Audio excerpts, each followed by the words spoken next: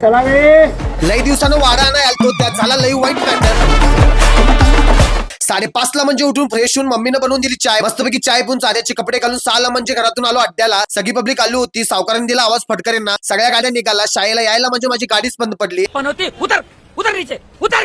मुकाना मामा पण माझ्या बरोबरच होते आणि मग पप्पांना केलो कॉल. पप्पा आल्याने गाडी घेऊन मारलो केकाने आलो. तेवढ्या सगळी पब्लिक शेकोटी घेत होते. एवढी थंडी होती अर्धा तास शेकले तरी थंडीच जाईना. मग मुकादा मामांनी धरला टाकाय. सगळ्यांनी चालू केलं तोडाय. वारणा मामाचा अजून काय मुहूर्तच येईना. निम्म झालं तोडून. चाय ब्रेक झाली फडकरींची. मी पण करून घेतलो वाडा बांधाय कट. चालू केलो घालाय भार. औषधाजवळ जाऊन बसलो. ऊस का जरा मारलो गप्पा. त्यांनी घेतले बांधून भारा. हो चला उद्या येतो. वामनदा आणि बाबून धरलं व्हायला भार.